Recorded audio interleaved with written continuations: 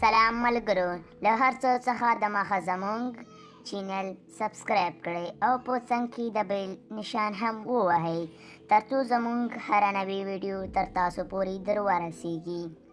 د نن ورځې ویډیو کې درته ښایم چې څنګه کولی شو چې د خپلې ښځې یا مېرمنې سینې یا تیونه غټ او کلک کړو ترڅو خوند ترې واخلو.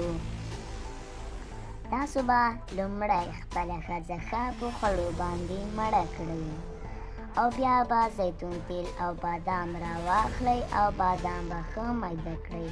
بیا به یې له زیتون تیلو سره ګډ کړئ او بیا به یې د خپلې ښځې یا مېرمنې په سینو یا تیونو باندې لږ لږ اچوئ او ښه به یې پرې مالش یا سولوئ ان تر دې حده چې د مېرمنې تیونه یا سینې مو ښې سرې شي او 10 ورځې به دا کار کوئ او هر سهار به مو خپلې ښځې ته یو ګیلاس شیدې، 12 دانې بادام، 12 دانې پستې او 6 دانې چارمغز یا مټک ورکوئ